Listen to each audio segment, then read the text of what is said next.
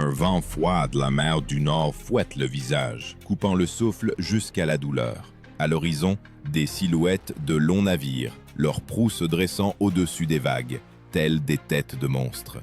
Mais où sont ces cornes? Où sont les casques effrayants avec lesquels tableaux, films et jeux nous terrifient depuis des siècles? Pourquoi les archéologues, ayant fouillé des milliers de kurganes et de sépultures, n'ont-ils trouvé aucun casque à cornes? Et s'il n'existait pas, qui et pourquoi a fait croire au monde entier à ce mythe? Les historiens affirment, au cours de toutes les fouilles, y compris les célèbres découvertes de Djermunbu et de Gokstad, aucun casque de combat à cornes n'a été trouvé. Tous les spécimens découverts étaient lisses, en fer, avec un nasal renforcé. Le casque à cornes, découvert au Danemark, n'appartient pas à l'ère viking, mais à l'âge du bronze, 1000 ans avant leur apparition. Mais pourquoi, dans l'esprit de millions de personnes, les cornes sont-elles devenues le symbole du Nord, le masque de guerrier, dissimulant le visage derrière d'étroites fentes pour les yeux, s'appelle Spangenhelm, du mot spanga, c'est-à-dire bande métallique. C'était un casque robuste mais lourd, pesant environ 2 kg, qui protégeait la tête des coups d'épée et de hache. Le Spangenhelm ne brillait pas au soleil. Au contraire, il était souvent recouvert de cuir ou de laine pour ne pas éblouir les siens au combat. Imaginez la ligne de combattants nordiques. Les côtes de mailles résonnent, les haches se lèvent, le souffle s'échappe en buée de la bouche. Pas de corne théâtrale, seulement l'acier, le cuir et le souffle rauque d'hommes marchant vers la mort. Le viking n'ornait pas son casque, il cachait son visage pour que la peur soit du côté de l'ennemi et non du sien. Mais le mythe des cornes n'est pas né de rien. Lorsque, au XIXe siècle, l'Europe a redécouvert les Vikings, artistes et théâtres cherchaient désespérément un symbole de sauvagerie et de barbarie. C'est alors que naît la légende. Des costumiers allemands ajoutent des cornes au casque pour les opéras de Richard Wagner. Et à partir de ce moment, cette fausse image devient une partie indissociable de la conscience collective.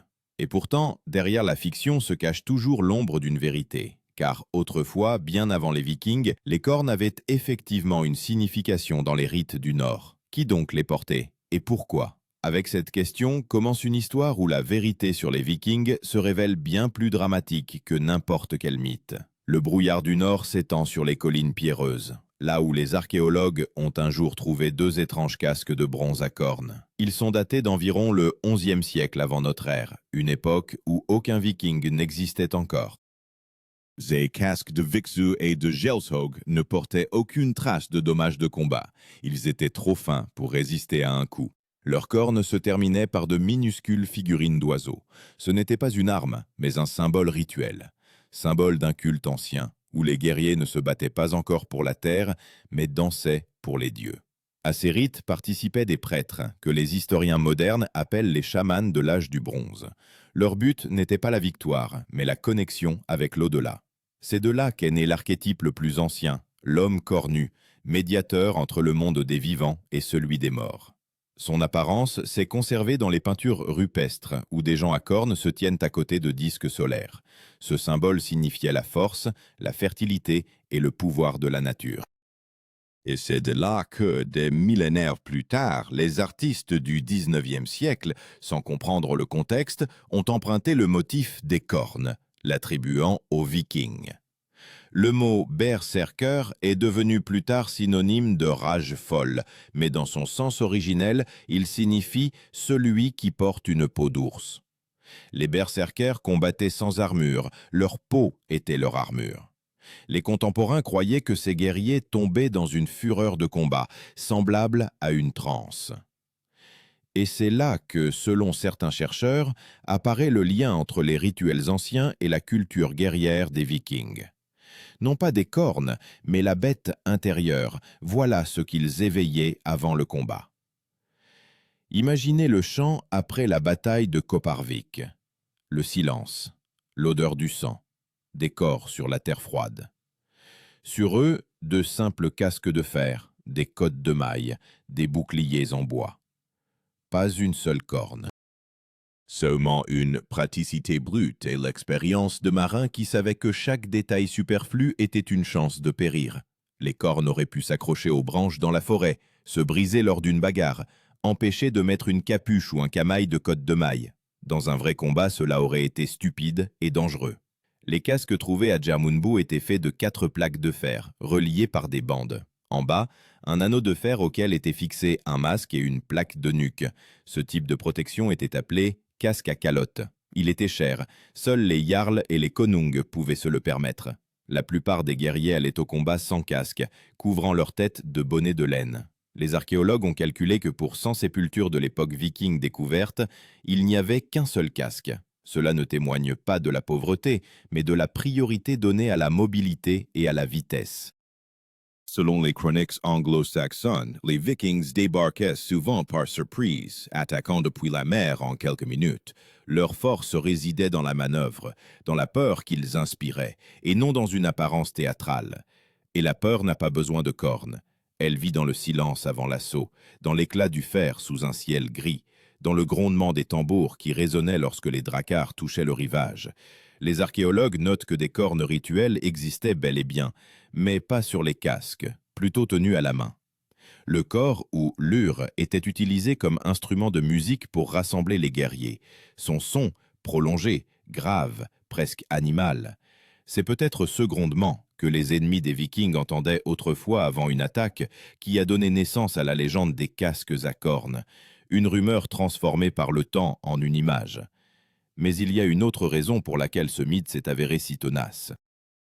Au XIXe siècle, l'Europe traversait un engouement romantique pour les barbares. Les artistes cherchaient un symbole de sauvagerie, de force primitive, et l'ont trouvé dans les cornes. Le théâtre de Wagner, la production de l'Anneau du Nibelung, c'est là que le costumier Karl Emil Doppler a ajouté pour la première fois d'énormes cornes au casque des acteurs. Elles n'avaient aucun rapport avec l'archéologie, mais fonctionnaient parfaitement sur scène. Les spectateurs dans la salle ressentaient une terreur primale. Ainsi, le mensonge est devenu plus beau que la vérité. Et pourtant, lorsque les archéologues du XXe siècle ont fouillé de véritables sépultures vikings, la vérité a éclaté. Les vrais casques, sans ornements, sans éclats superflus, couverts de rouille et de sueur. Ils en disaient plus que n'importe quel mythe. Ces casques ne jouaient pas un rôle, ils sauvaient des vies. Et chaque coup sur le métal, chaque trace de marteau sur le fer rappelait les Vikings n'étaient pas des monstres d'opéra, mais des êtres humains, vivants. Des gens qui savaient que la véritable horreur n'était pas dans les cornes, mais dans les yeux de celui qui allait à la mort sans peur. Mais pour comprendre à quoi ressemblait exactement leur véritable combat, il faut plonger au cœur de leur art militaire, dans cette tempête instantanée que les anciens chroniqueurs appelaient le tourbillon du Nord. Une vague de tempête se brise sur les rochers. Le long de la côte, on entend le bruit rythmique des rames. Des guerriers à longue barbe rament au rythme du tambour. Ce n'est pas une foule de sauvages, comme on aime le montrer au cinéma. C'est une machine de guerre, bien huilée et disciplinée. Leurs navires, appelés dracars, du mot dragon, car la proue du navire était ornée d'une gueule de monstre sculpté, Pouvaient parcourir des centaines de kilomètres en mer et sur les rivières, à la voile ou à la rame. Chaque drakkar pouvait accueillir environ 60 personnes. Ce n'est pas seulement un moyen de transport, c'est une arme de guerre éclair. Avant le combat, les Vikings enlevaient tout ce qui était superflu de leur tête. Le fer était réservé aux coups principaux. Des casques simples en cuir ou des bonnets épais en laine étaient courants. Seuls les jarls les plus riches possédaient des spangenhelms en fer, souvent avec un masque qui couvrait le visage. Mais aucune source des 9e ou 11e siècles, ni la saga des Jomsviking, ni les chroniques des Francs, ni les descriptions du voyageur arabe Ibn Fadlan ne mentionnent de cornes. Pas une seule. En revanche, tous notent. Les Vikings terrifiaient non par leur apparence, mais par leur manière de combattre. Avant l'attaque, les guerriers se regroupaient en une formation dense, appelée cochon, ou en scandinave, Svinfylking. C'était un coin qui s'enfonçait dans les rangs ennemis avec une force monstrueuse. À leur tête marchaient les berserkers, ceux-là même qui, selon les légendes, perdaient leur forme humaine et combattaient avec la folie d'une bête. Les contemporains les décrivaient comme des hommes qu'il était impossible d'arrêter. Ils ne ressentaient pas la douleur, ne reculaient même pas face à des blessures mortelles. Au moment de l'attaque, un cri de guerre retentissait, prolongé comme le hurlement d'un loup. Un son capable de paralyser l'ennemi avant même le choc. Les archéologues ont trouvé des os portant des traces de cicatrices de coups d'épée et de haches, et à côté, de simples casques de fer sans ornement. Ces objets parlent plus fort que toutes les légendes. Leur praticité est la manifestation d'une véritable logique nordique. Vivre simplement, frapper avec précision, mourir avec honneur. Lorsque les ennemis voyaient des centaines de dracars surgir de la brume matinale, ils n'avaient pas besoin de cornes pour comprendre qui arrivait. Les Vikings eux-mêmes étaient devenus l'incarnation de la terreur. Ils étaient comme la tempête, impassibles, implacables, froids. Leur force, non pas dans les costumes, mais dans la discipline et la capacité d'agir sans peur. Les Vikings ne portaient pas de cornes, car elles n'étaient pas nécessaires à ceux qui étaient déjà devenus un symbole de peur. Les découvertes archéologiques à Birka, Uppsala et Trelleborg confirment. L'armure des Vikings était minimaliste. Cotte de mailles, hache, bouclier, parfois un casque. Le poids de l'équipement complet ne dépassait pas 20 kg, ce qui leur permettait de se déplacer plus vite que l'ennemi. Leur bouclier, léger en tilleul d'environ 80 cm de diamètre, leurs épées, courtes, équilibrées, souvent avec l'inscription Ulfbert, le signe du maître, forgé en acier franc. Les chroniques franques racontent que lorsque les Vikings partaient au combat, ils riaient, comme s'ils se moquaient de la mort. Un scribe a noté « Ils chantaient avant la bataille comme si un festin commençait ». Cet état était appelé « Odrerir », littéralement « l'ivresse d'Odin ».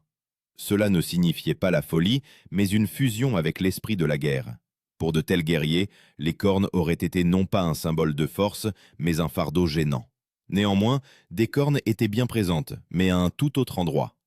Dans les longues maisons où des festins étaient organisés après le combat, on y buvait de l'hydromel et de l'âle en portant des toasts aux défunts. Ces cornes étaient appelées myosornes, corps à hydromel. Ce sont elles qui ont plus tard créé la confusion pour les romantiques du XIXe siècle. La corne dont on buvait s'est transformée en la corne que l'on aurait prétendument portée. Tout cela montre à quel point l'humanité confond facilement le symbole et la réalité. Le casque à corne est devenu une icône parce qu'il est pratique pour l'imagination.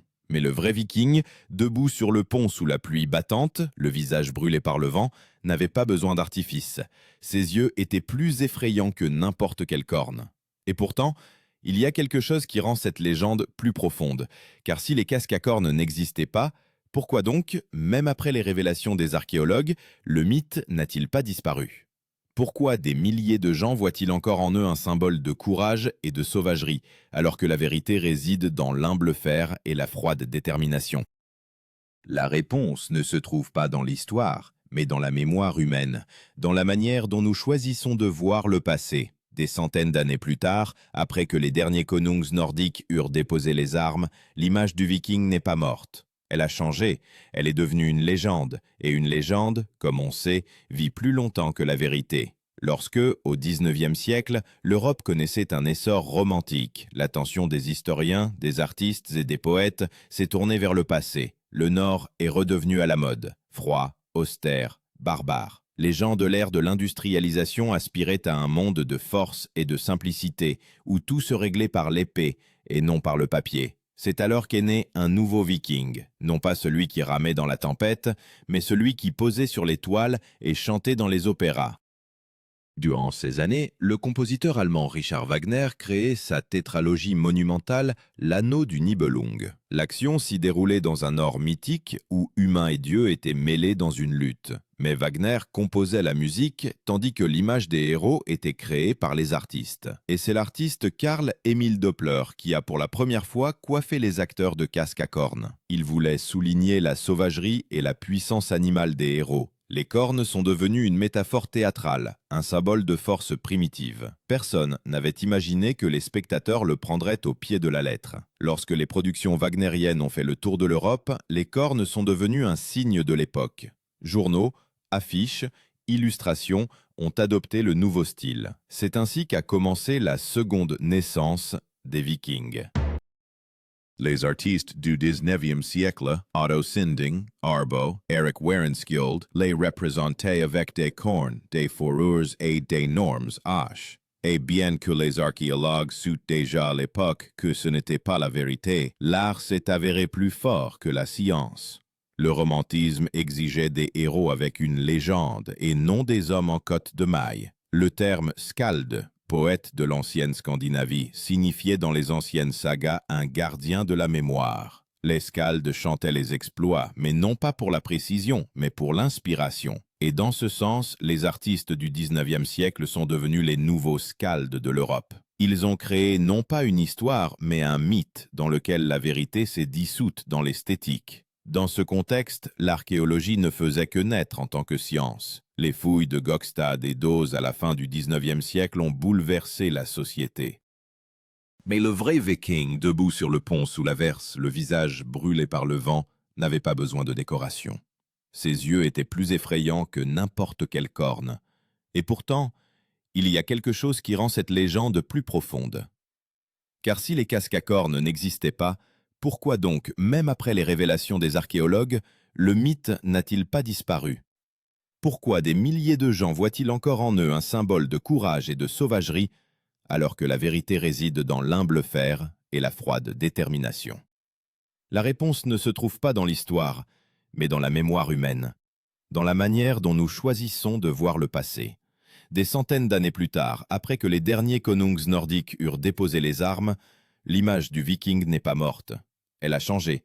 Elle est devenue une légende. Et une légende, comme on sait, vit plus longtemps que la vérité.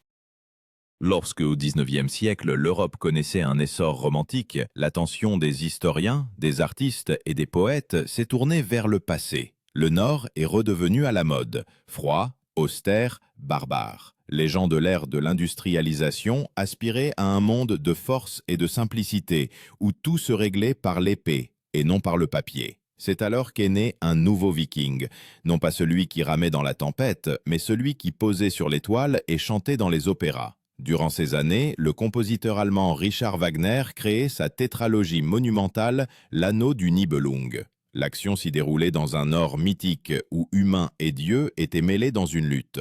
Mais Wagner composait la musique, tandis que l'image des héros était créée par les artistes. Et c'est l'artiste Karl Emil Doppler qui a pour la première fois coiffé les acteurs de casques à cornes. Il voulait souligner la sauvagerie et la puissance animale des héros.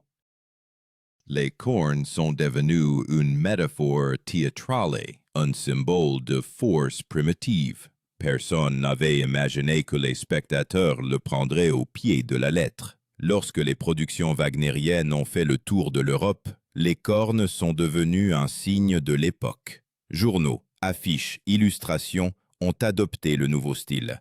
C'est ainsi qu'a commencé la seconde naissance des Vikings. Les artistes du 19e siècle, Otto Sinding, Arbo, Eric Werenskiold, les représentaient avec des cornes, des fourrures et d'énormes haches. Et bien que les archéologues suent déjà à l'époque que ce n'était pas la vérité, l'art s'est avéré plus fort que la science. Le romantisme exigeait des héros avec une légende, et non des hommes en cotte de maille. Le terme skald, poète de l'ancienne Scandinavie, signifiait dans les anciennes sagas un gardien de la mémoire. Les skalds chantaient les exploits, mais non pas pour la précision, mais pour l'inspiration. Et dans ce sens, les artistes du 19e siècle sont devenus les nouveaux skalds de l'Europe. Ils ont créé non pas une histoire, mais un mythe dans lequel la vérité s'est dissoute dans l'esthétique. Dans ce contexte, l'archéologie ne faisait que naître en tant que science. Les fouilles de Gokstad et d'Oz à la fin du 19e siècle ont bouleversé la société. Les gens ont pour la première fois vu de véritables navires vikings, leurs armures, leurs ustensiles. Et plus les scientifiques trouvaient de faits, plus la réalité divergeait de l'image. Pas un seul casque à cornes, seulement le fer, le bois, l'os. Mais la conscience collective avait déjà décidé. Un viking sans cornes n'est pas un viking. Ce paradoxe s'est poursuivi au XXe siècle. Hollywood, à partir des films des années 50, a ancré le style à cornes. Le cinéma ne tolérait pas la vérité ennuyeuse. Les spectateurs voulaient de la reconnaissabilité. Ainsi, des acteurs vêtus de fourrures avec de lourds casques sont passés de l'écran à la culture de masse. Jeux, caricatures, emblèmes sportifs, tous répétaient la même erreur. Mais le paradoxe est que cette image, née du théâtre, est involontairement devenue le reflet du véritable esprit des Vikings. Ils étaient en effet sauvages, mais pas extérieurement, intérieurement. Leur force résidait dans la détermination. Les historiens modernes, tels que Neil Price et Leslie Webster, notent « Le mythe des cornes est devenu un symbole d'insoumission. Les gens y voient non pas l'archéologie, mais le caractère. » Les découvertes archéologiques confirment. Les véritables casques vikings étaient ornés non pas de cornes, mais de motifs représentant souvent des animaux, loups, corbeaux, dragons. Ces symboles reliaient l'homme au monde des dieux, surtout avec Odin, le protecteur de la guerre et de la sagesse. Le corbeau était son œil, le loup ses dents et le dragon son souffle. Ces signes n'étaient pas du théâtre, mais une prière gravée sur le métal. On pourrait dire que les cornes sont une métaphore qui a échappé à tout contrôle. Ce qui devait désigner la force spirituelle bestiale est devenu un ornement physique. Et cela reflète la tendance humaine éternelle, voir l'extérieur au lieu de l'intérieur. Nous croyons aux cornes parce qu'elles sont compréhensibles. Elles donnent forme à la peur. Et l'intrépidité qui se cachait derrière les véritables casques est trop simple. Elle n'a pas de décoration. Lorsque les archéologues du XXe siècle ont commencé à réfuter publiquement ce mythe, la société ne voulait plus écouter. Les journaux écrivaient « Les scientifiques détruisent un rêve ». Ainsi, la vérité a de nouveau perdu. Mais cette défaite ne s'est pas avérée vaine, car derrière chaque mythe sur les Vikings se cachait toujours une vérité, un homme qui choisit le risque, le froid et la tempête au lieu de la paix.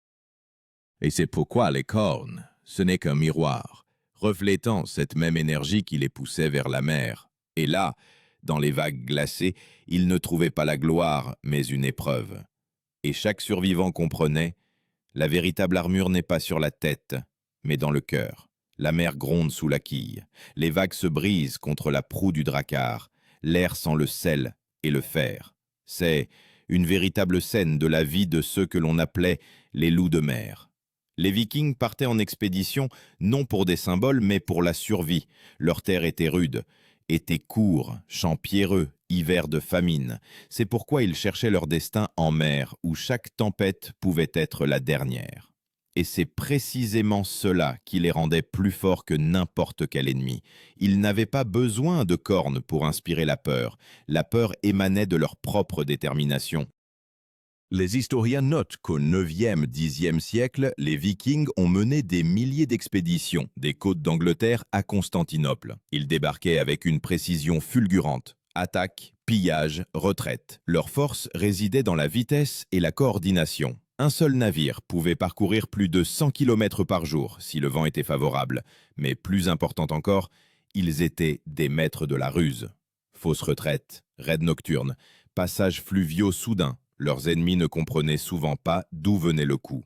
Avant de prendre la mer, des rites spéciaux étaient observés. Au coucher du soleil, les guerriers jetaient une goutte de sang animal dans l'eau pour apaiser les esprits de la mer. Ensuite, un feu de joie était allumé sur la côte, où un skald chantait ceux qui n'étaient pas revenus. Ces chants n'appelaient pas à la gloire, mais au souvenir. Les Vikings savaient, chaque expédition pouvait être la dernière. Et lorsque les guerriers mettaient leurs casques, fût-ce sans cornes, ils le faisaient néanmoins comme un rituel sacré. Les découvertes archéologiques de Birka et Ladoga confirment. L'équipement des Vikings se distinguait par son utilité. La cotte de maille pesait environ 10 kg, l'épée 1,5 kg, le casque environ 2. Le bouclier en tilleul était léger, mais suffisamment solide pour parer un coup de hache. Et la hache, à son tour, était leur arme principale. Non pas une épée de chevalier, mais un outil de la vie quotidienne, adapté au combat. Les Vikings l'appelaient bredex, la hache large.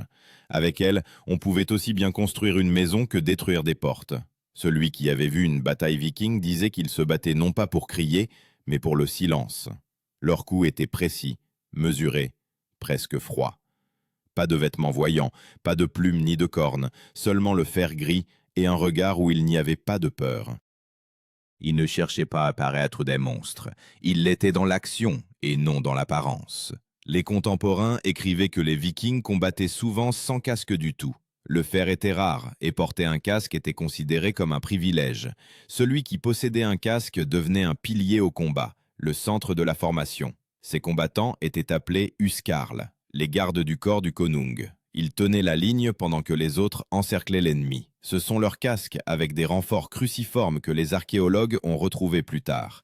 Et aucun d'eux n'avait de cornes. Dans l'une des descriptions des chroniques anglo-saxonnes, il est dit « Ils ressemblaient à des loups dont les yeux brillent dans la nuit ». Ce n'était pas une image d'ornement, mais d'un état intérieur. Les historiens modernes appellent cela l'effet de peur, une arme psychologique que maîtrisaient les guerriers nordiques.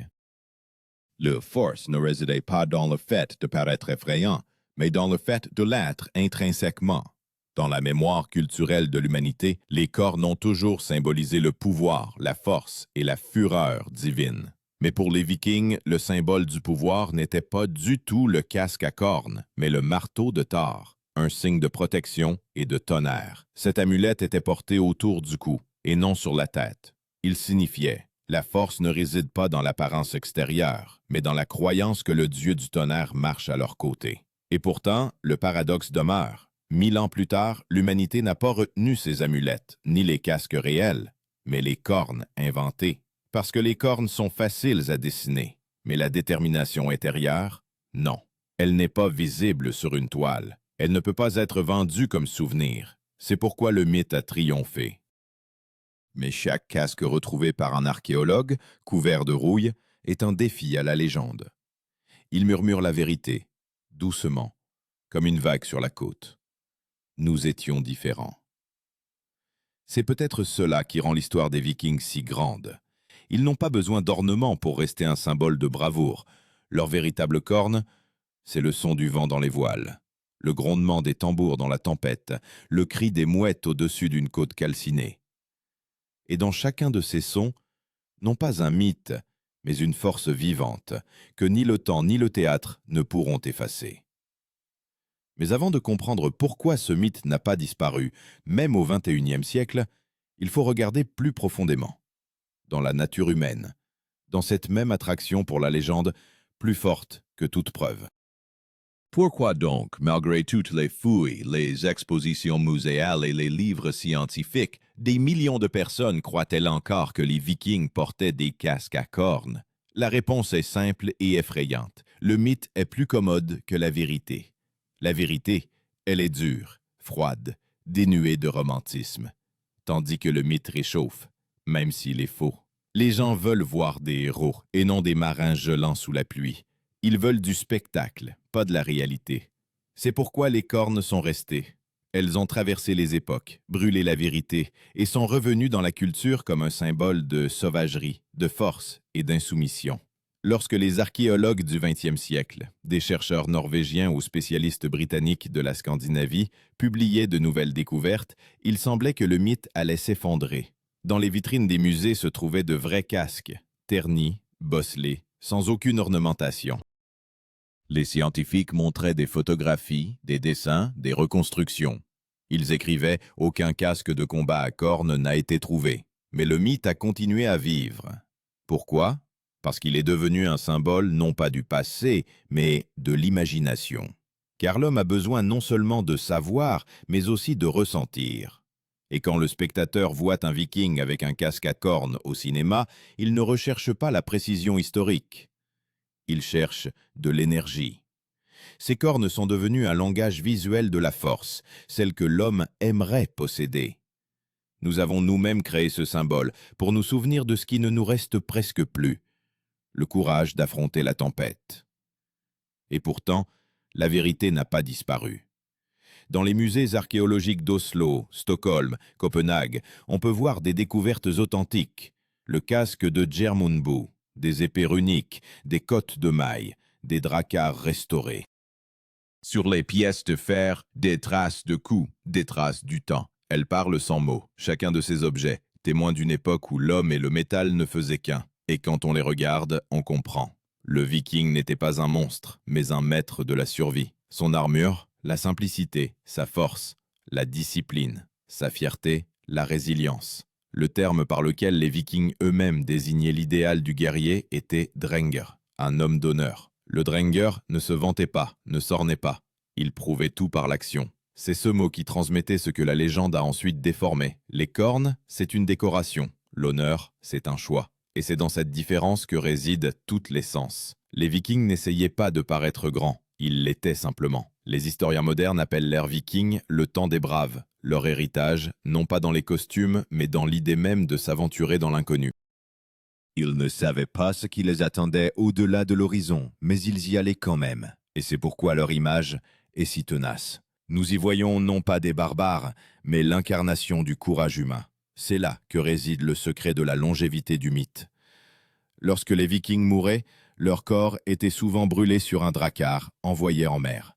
Les flammes se reflétaient sur les vagues, et il semblait que le soleil lui-même les accompagnait dans l'autre monde. Peut-être est-ce cette image, le bateau, la flamme, le vent froid, qui est devenu le véritable symbole de l'époque. Non pas les cornes, mais le feu, non pas le théâtre, mais le silence, après le dernier cri.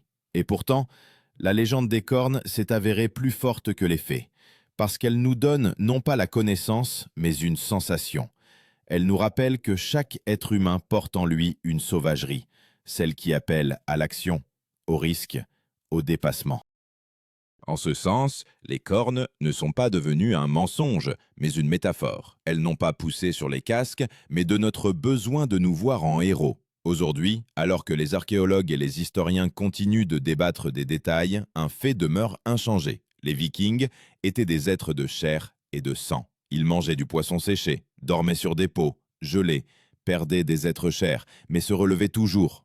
Ils vivaient sans ornement, mais avec un feu intérieur. Et si l'on peut appeler quelque chose leur véritable corne, c'est leur volonté. Et maintenant, connaissant la vérité, tu peux te demander, qu'est-ce qui est plus effrayant? Un Viking avec des cornes sur le casque, ou un homme sans peur dans les yeux? Car les cornes, ce n'est que du métal, tandis que la détermination, c'est ce qui ne rouille pas. C'est pourquoi, quand quelqu'un dit que les Vikings sont un mythe, souviens-toi, ils n'avaient simplement pas besoin de théâtre pour devenir une légende. Leurs cornes ne résonnaient pas sur les casques, mais dans les cœurs de ceux qui allaient à la rencontre de la tempête.